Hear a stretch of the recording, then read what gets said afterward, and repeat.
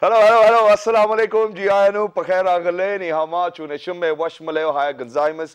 Hi, hugs and hellos to all those beautiful, amazing people who are tuned into PT World, PTB Global at the same time and are watching World this morning, alongside the very amazing Shazad Khan and the very stunning, the very beautiful Maha Maktoum. Hello, Maha, how are you? I'm very good. Thank you so much for that lovely introduction. Hello, everyone. Shazad, how are you today? I'm absolutely perfect. Well, not absolutely perfect. The only reason why I've missed out on 2 days was just because of the fact that I wasn't really well. But finally, ladies and gentlemen, you know, the love is so much that I cannot actually stay back home and miss out on you guys, because when you guys come up with your messages, oh, where were you and what were you doing? So the only reason why, you know, whenever we are away is because of the fact that we've got something else to work on, or probably we are sick. Yeah, Other than that, we're just here. And normally for me, it's because I'm probably sick. That's why I'm not here. But no, it is wonderful to do these shows for you guys. And, you know, the feedback has been wonderful, especially from England and America these days as well. Now, today we have a very important show. Yeah, it is. It is a very important show. And Maha, what I wanted to ask you was, since you are from UK yourself, you were born over there, you were raised over there, and you studied over there. Yeah. What differences do you see? I wasn't born there. I was born in Pakistan. Okay, you were born in Pakistan, my bad. But then what difference did you witness within our own education system over here in Pakistan and then the one you went through in UK?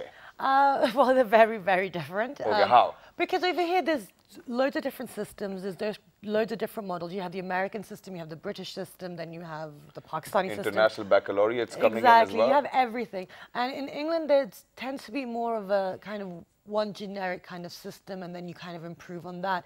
But one thing here, I've noticed that kids have got a lot of pressure on them. It's always about marks. You know, our makeup lady, her daughter is 3 years old and she has exams. I mean, that doesn't make sense to me.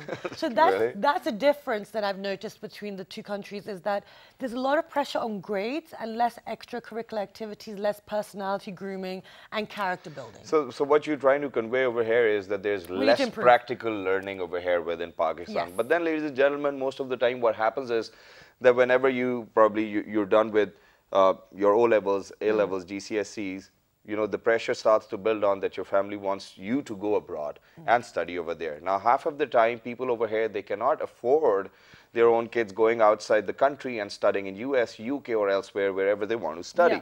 But now, for that particular reason, we have got this show in line for you guys, just because of the fact that it's going to be a good news for all those students and parents who want their brilliant kids to go outside the country and study over there. Exactly, because there are a lot of people working on this. There are a lot of education programs, a lot of foundations that do try to assist and bridge the gaps and connect people to universities abroad.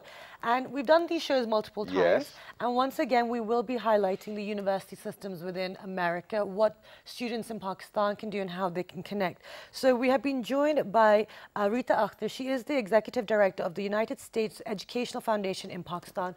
Assalamu alaikum, good morning. Hello. Walaikum salam, Maha and Shazad. Or the Fulbright Commission as well. Thank you very much for coming over. It is lovely to have you. And ladies and gentlemen, when we say Fulbright Commission or USEFP, that means that you will not be paying for your studies abroad. Yep, and we're going to get more information on that. Besides Rita, we have been joined by Supinda Suri Hekapong. She is representing San Mateo Colleges of Silicon Valley. Hello, good morning. Thanks so much for having me. Thank you so much for being here.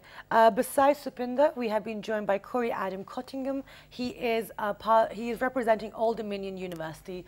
Hello, good morning. Thank you so much. Thank you so much for being here. You were here last time as well. Yeah, this is my third time here in Pakistan. Excellent. What a good-looking teacher or professor you are, probably. I mean, honestly. Representative of the representative of the university. Okay, so we're going to start with you, Rita. So why are we here again? Well, let's start with the sort of the global context for education. Yeah. You will be amazed at how few Pakistanis are actually studying in the United States, which is the global leader for higher education. You know, China has 250,000 students in the US. India has 100,000 students studying in the US.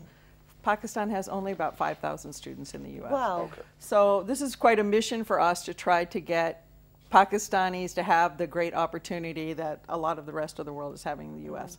That's why we're really happy that we were able this fall again to bring 18 universities and colleges from the US to introduce them to Pakistani students, show them how great Pakistani students are, and let them work with students to try to get them admission in their colleges and universities. Now, in regards to the figures, that's a huge difference.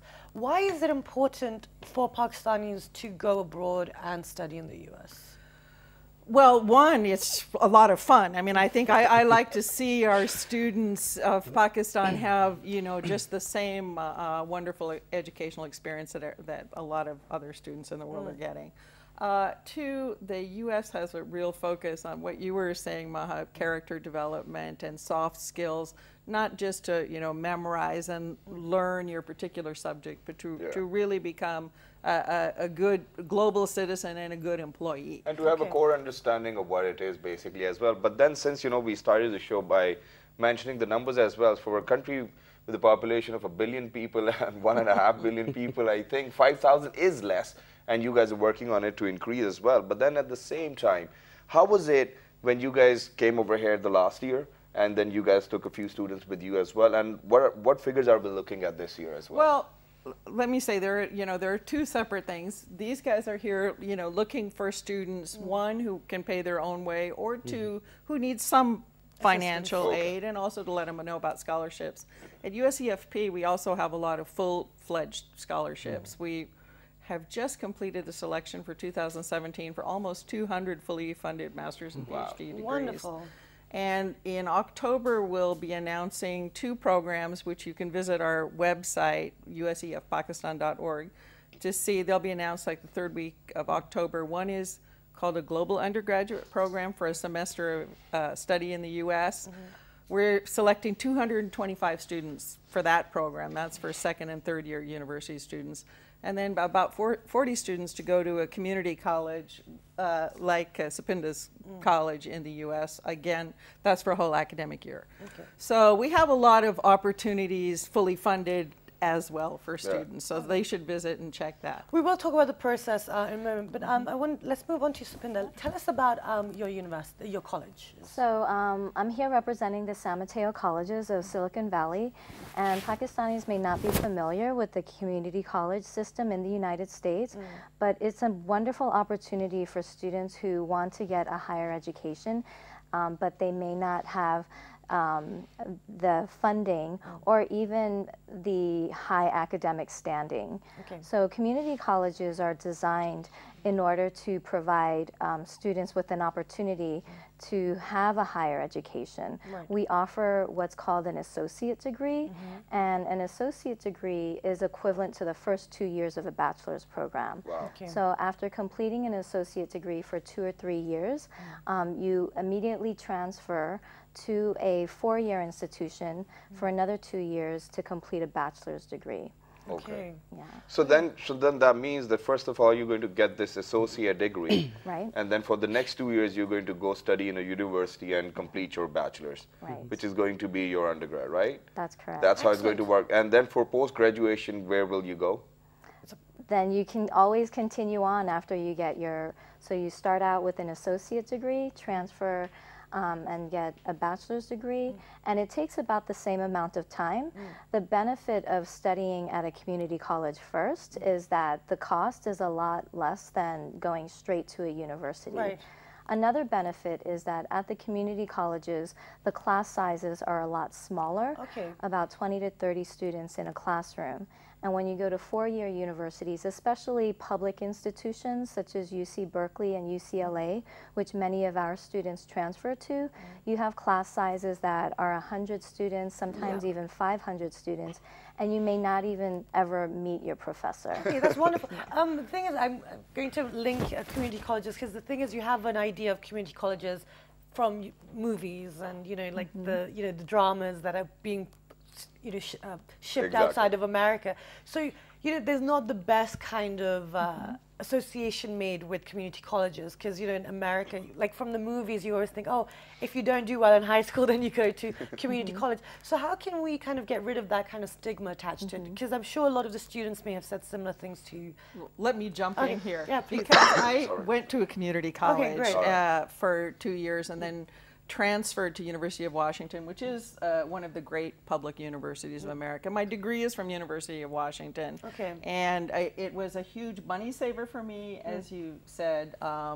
And, you know, it is a lot easier to go, if you're going like straight from high school, it is a lot easier to go to a class of 20, 30 students than to find your way around a campus that has 40, 50,000 students. Yeah. So for me, it was a great opportunity.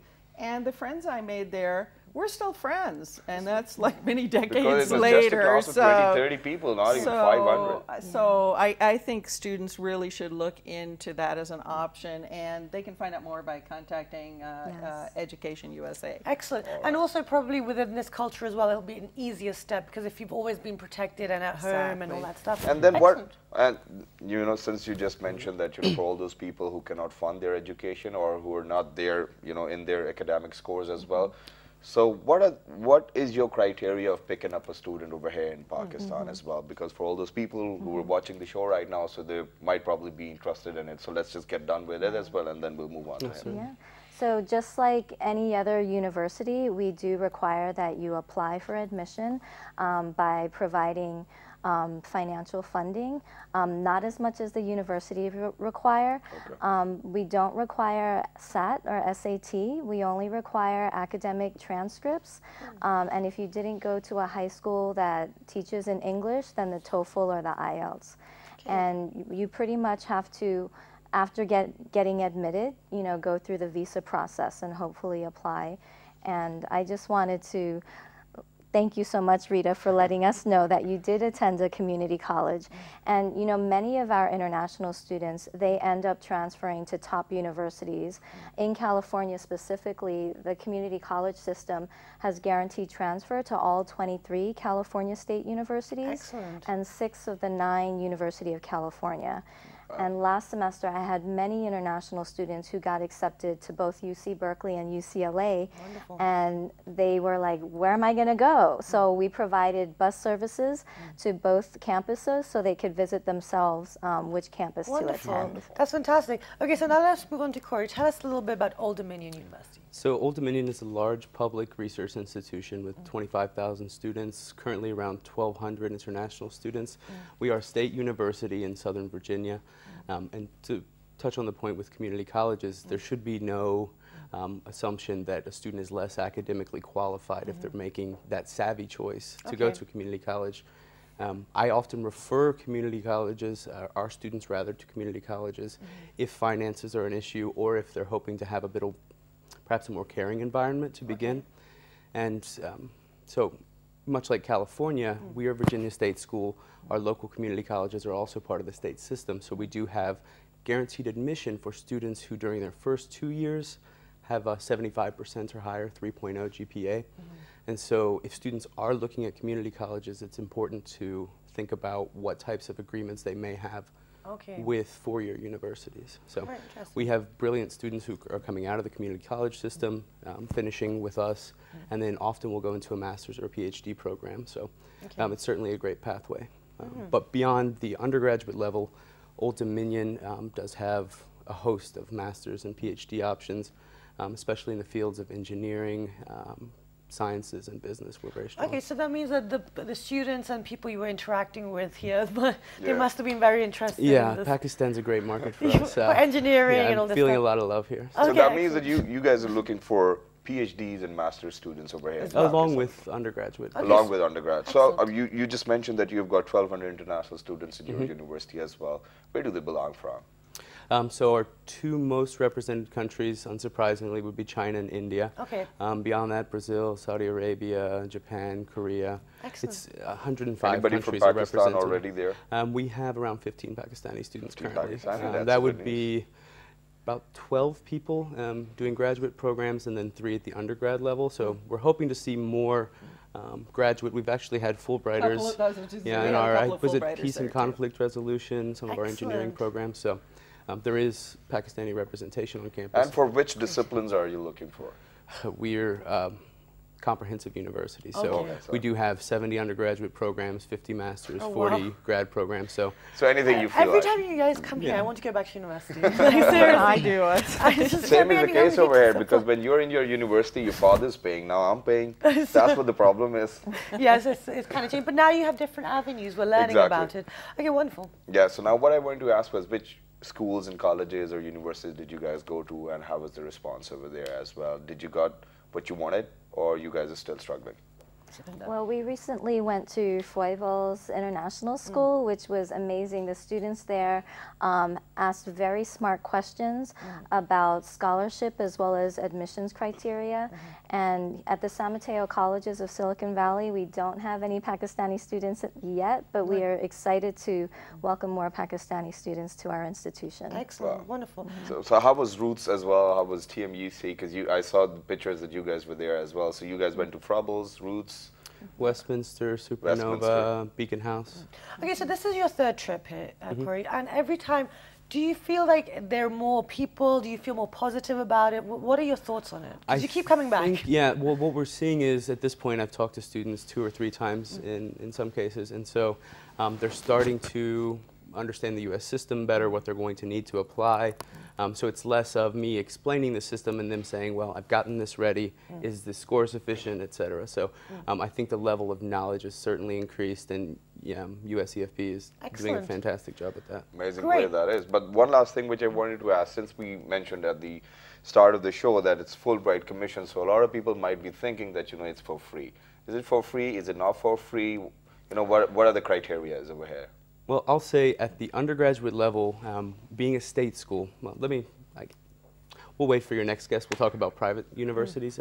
But as a public institution, we don't have any undergraduate scholarships for fully funded outside of athletics. If you're a brilliant athlete, I'd love to talk to you. Yeah. But at the graduate level, we do have assistantships, and that means you'll be assisting a professor doing research, maybe assisting in teaching of an introductory level course, and that often comes with a full waiver of tuition, and in many cases will also come with a stipend for living expenses. So if you're well qualified, we certainly want you to come and enrich our campus. I'm a great football player. I'm going back to college. Okay, great. And so what about you? So the most important benefit about starting at a community college first is that you will be saving a lot of money. So at the San Mateo Colleges of Silicon Valley, our tuition per year is about $7,000. If you want to go to a California State University, their tuition and fees is about $14,000. And then if you want to go to a University of California, such as UCLA and UC Berkeley, their tuition and fees is about $36,000. Okay. So you're essentially saving anywhere between $15,000 to $40,000 in your first 2 years of studies. And then you can use that money to pay for the rest of the university. Right. Excellent, that's fantastic. I really want to go back to university now. But thank you so much for your time. We're going to wrap up this half because we have some more representatives from other universities. But thank you so much for being here, and please, I hope you enjoy the rest of your visits to the rest of the university. And let's see what are the criteria of the private universities as well. So ladies and gentlemen, we're going for a short break. Don't go anywhere. By the end of the show, we'll give you all the details, all the emails, all the addresses. You can go log on to it, and you can be in contact with them as well. We're going for a short break. Don't go anywhere. Good morning.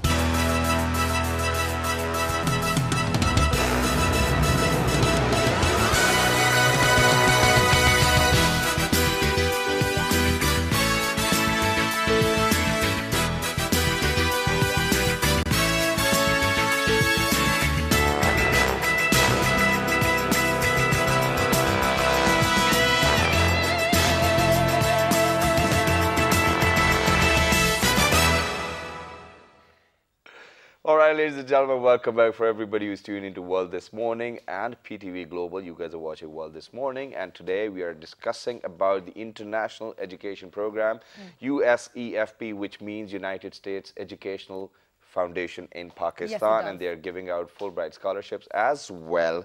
Please make sure that you listen it out clearly. Yes.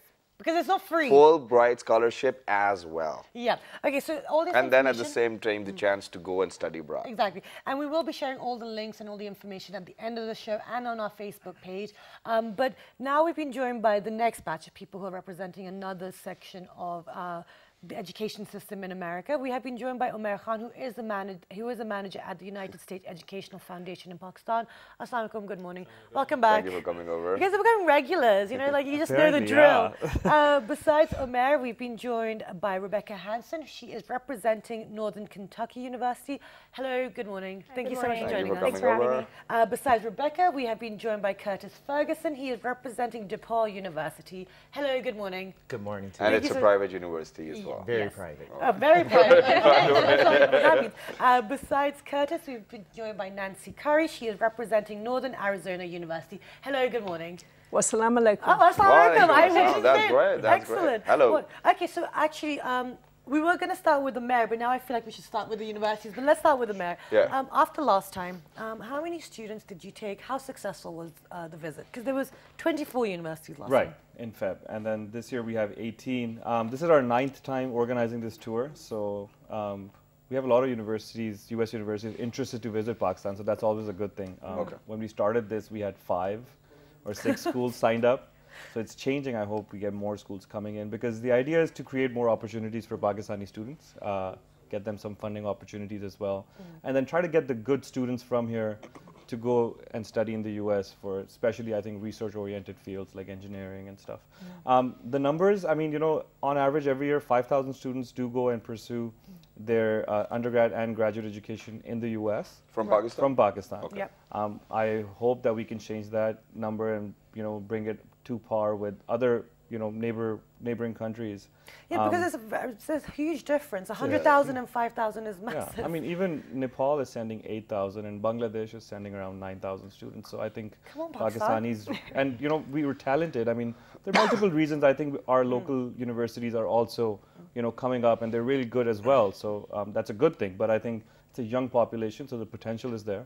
Okay, you know, when we say that the potential is there, I think we need to probably look into a bit more deeper as well. Because when we talk about Nepal and Bangladesh, their population is not that high as of India and China as well.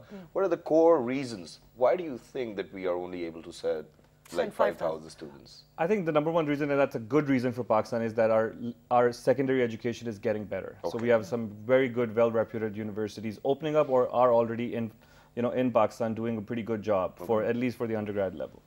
That's one. Second is, I think, you know, it's the lack of awareness. I think it's the lack of access as well, because what we think is if you're applying to the US, I'll, you know, talk about US specifically, we think that we're never going to get a student visa to go and pursue our education, or it's too expensive. But the thing is that if you do go through the process and you go through researching, there's so many options available online. You do understand there is a right fit for everyone, and there are a lot of funding opportunities. And you know, it depends on what your, you know, what can you afford, and I'm sure there are a lot of options available within that. So. Okay, great. So I mean, there are positives, and you know, we are working on it, and it is growing each time. So let's move on to the universities. Rebecca, tell us a little bit about Northern Kentucky. Of course. So Northern Kentucky, we are not in the middle of nowhere. I think when people think of Kentucky, they think either Kentucky Fried Chicken or the Kentucky I've been Derby. to Kentucky, actually. Yes. Oh, you have? Where did you go? I don't remember. It was a very long time ago. All right. Over a decade ago. But one thing I love about our school is our location. We're about 10 minutes away from Cincinnati, which is a major metropolitan area. So we are a suburban campus. Okay. So our location is very much a college town. You get that all-American college town experience. And it's quite scenic over there. Definitely. It's very, very beautiful. And so we are a state school. We are publicly funded. And we are a medium-sized school. And so in the U.S., you see this very broad range in the sizes of universities. And our university has about 14,000 students, so we're sort of somewhere in the middle there. Okay, All wonderful. right. So what's the size of a normal class over there at your university? On average, about 24. 24, that's 24. it? That's brilliant. Yeah. Okay, and in regards to the students that you've met here and the people that you've been exposed to, what are your feelings, what are your thoughts on that? Well, in some of my previous positions, I've been blessed to work with Pakistani students, and so I'm brand new at Northern Kentucky. I'm very excited to be starting with them. And so when I saw that there were no Pakistani students in the area, I was stunned, and I said, "You guys, you're missing out. Yeah. You really need to send me to Pakistan." So it hasn't disappointed. Honestly, the students I've met have been just as brilliant as any of the students that I've met in the past. And is there interest, you know, as much in these universities? Because I know, you know, because of the media, because of movies, and that everyone wants to go to specific universities or specific cities. Have people been interested, or have they shown an interest? For the most part, yes. Okay. I think any country that you go to, you're going to come across the students who think, oh wait, you're not an Ivy League, so I'm not going to consider you. And that happens everywhere. This is the 40th country I've recruited in, so it is similar here than you will find in any other. And the amount of schools you've been to over here in Pakistan, did they know about your university as well, or you had to work hard on it? Mostly I had to work very hard. I was lucky there were a few students who did know us. We have some great alums in the And then did you got lucky this time that, you know, you're going to take some students along as well to Kentucky? I certainly hope I'm going to bring some students back. Excellent. Right, nice. Well, we're going to get an update when all this happens. So let's just move on to Curtis over here. What about DePaul University then? So DePaul is a nationally recognized liberal arts school that was founded in 1837. Wow. We're located in Greencastle, Indiana, which is 45 minutes west from Indianapolis, which is the 14th largest city in the United States. We pride ourselves on being a completely undergraduate institution, so students only earn bachelors of arts, and we also have a school of music, which is the 6th oldest in the United States. We have a 10-to-1 faculty-student ratio and a 93% job placement rate at the time of graduation. Wow. Oh my God, that sounds amazing. I really need to go back to So we can even make to Hollywood after your university. Yes. Okay, now the difference with your university is that it's a private university. That's so tell us, what is the difference and how does it work? So it's basically just about funding. So we were actually founded by the Methodists with a $30,000 grant at the time, which allows us to have over a $700 million endowment school. So a lot of our money is raised through and funded by alumni, by corporate donations, by grants and resources from the state and federal government. Okay. Yeah, so now what I wanted to ask was that for all those students whom you were going to pick up from Pakistan, are you going to offer them Fulbright, or there's going to be an in-between of both? So DePaul is really committed to making sure that our education is accessible and affordable to all people. So we're one of the few schools in the United States that does both merit aid and need-based aid for international students. Great. So we always like to tell students, and definitely our Pakistani students, we're looking for students who are bright in the classroom, who are socially outgoing, and who want and committed to make the world a better place. Wonderful. And on that wonderful note, we have to go for a short break, but when you come back, we will be talking to Nancy about her university. Do stay tuned.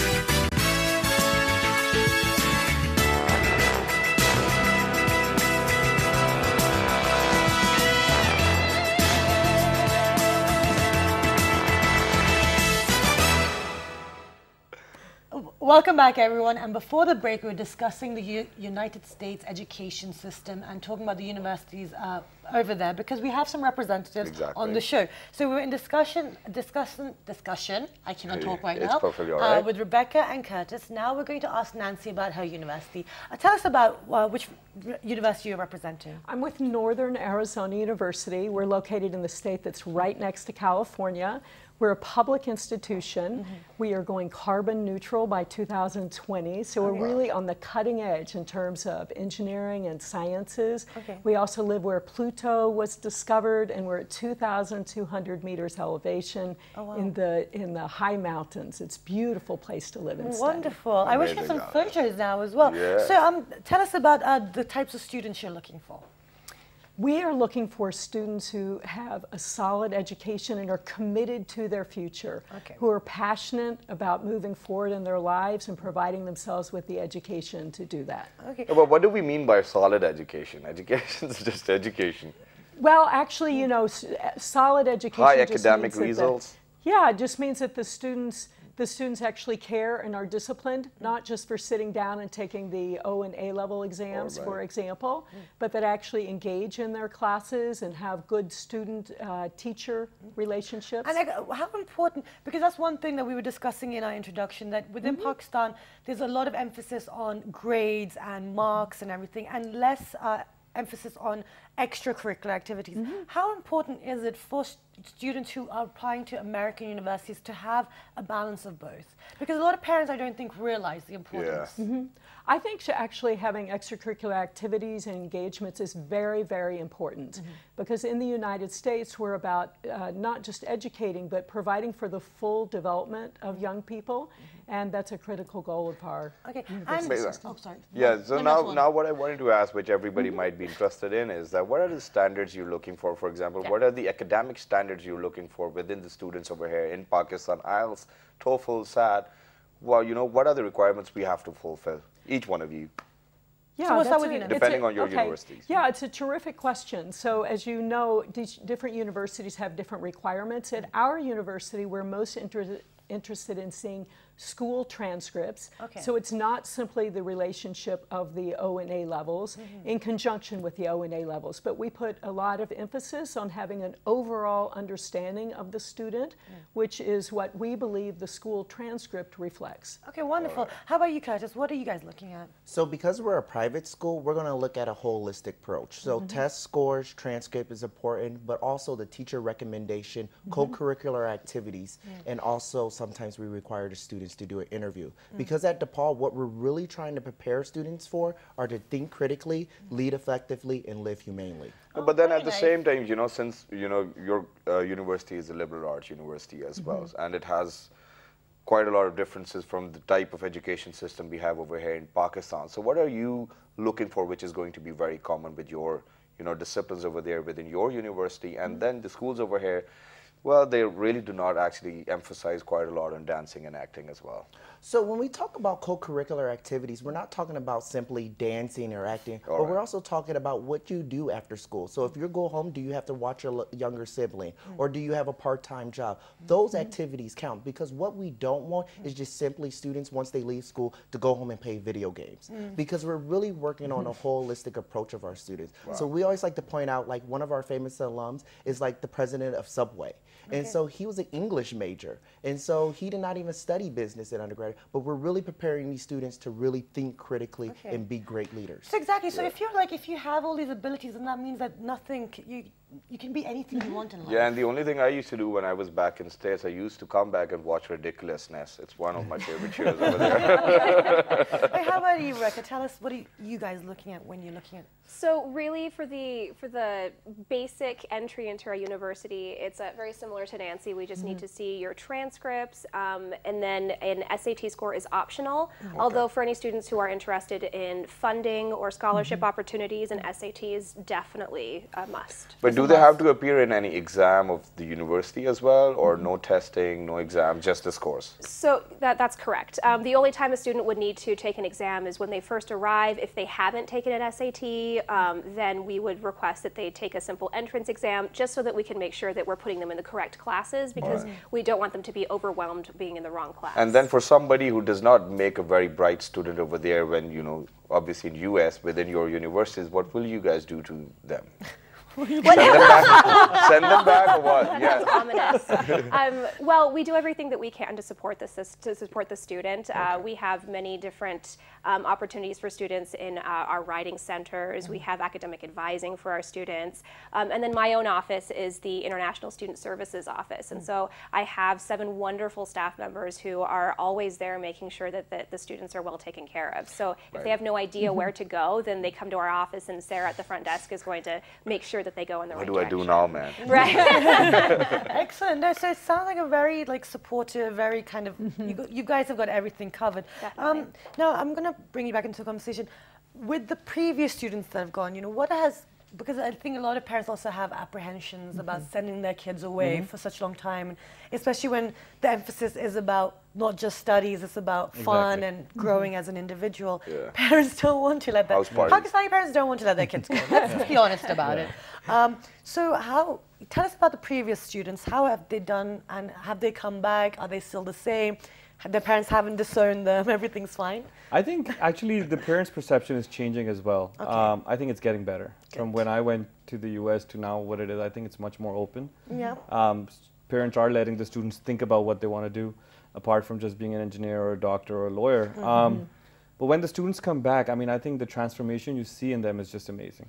As Rebecca was saying, I just want to add on that there's so many, there's so much support available for a student, but the only thing is Pakistanis, myself included, we never took the time to reach out and ask for those kind of services. There's international student services, a counselor, everybody's there.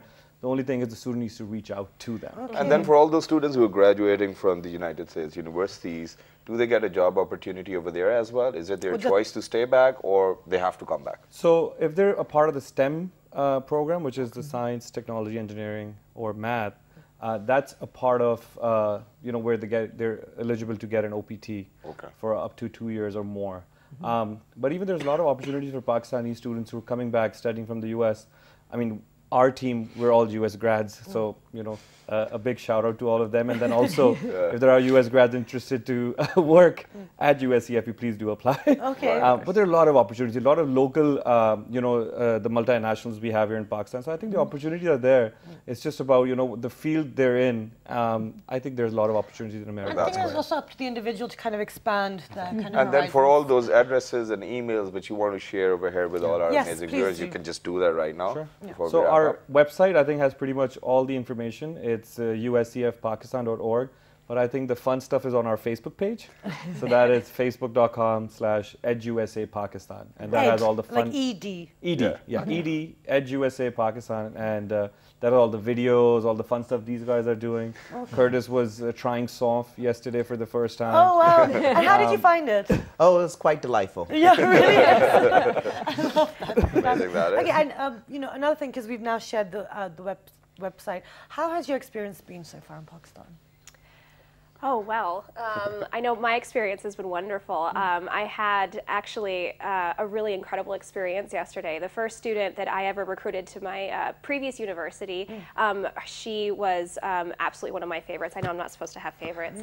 But yesterday when I was at a school, a young boy came up to me and said, "Rebecca Hansen, aren't you with so-and-so university?" And I'm like, "No, I'm with NKU." Turns out he was the younger brother of one of the, of that girl that was my favorite student.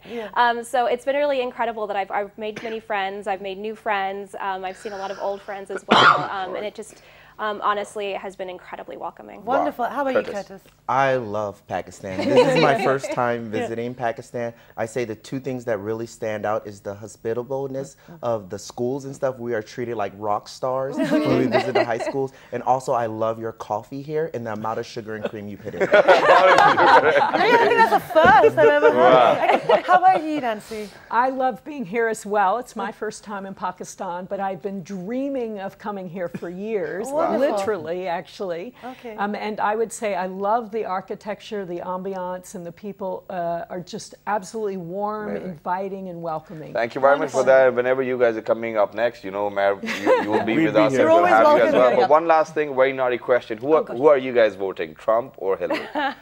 No question for me, because Trump is... But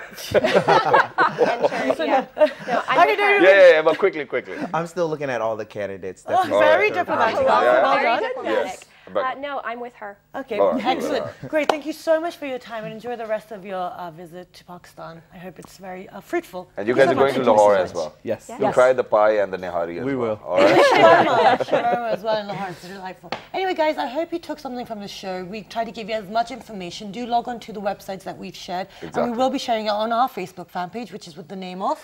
Well, this morning. Our Twitter page. Well, this morning without a G. Our Daily Mission YouTube Well, page. this morning once again. And the repeat is The fabulous repeat is going to be at 11 p.m. And ladies and gentlemen, till the next time, please look after yourselves. 1, 2, 3. Good morning. Thank you very much. Thank you.